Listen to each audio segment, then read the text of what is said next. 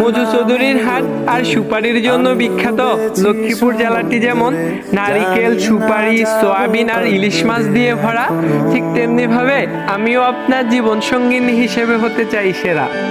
লক্ষ্মীপুরের কৃতি সন্তান আসম ও আব্দুর রব যেমন সর্বপ্রথম পতাকা উত্তোলন করে মানুষের মনে জায়গা করে নিয়েছে, ঠিক তেমনি ভাবে আমিও আপনার মনে জায়গা করে নিতে চাই। রায়পুরে অবস্থিত দেশের সর্ববৃহৎ মৎস্য প্রজনন কেন্দ্রের মতো আমি আপনার মনে আমার ভালোবাসার প্রজনন ঘটাতে চাই।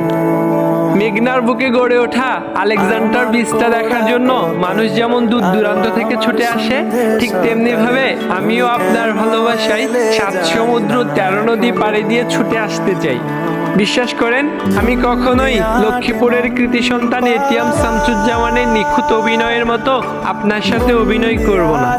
আপনি আমাকে কষ্ট দিলে আমি কামানখোলা জমিদার বাড়ির মতো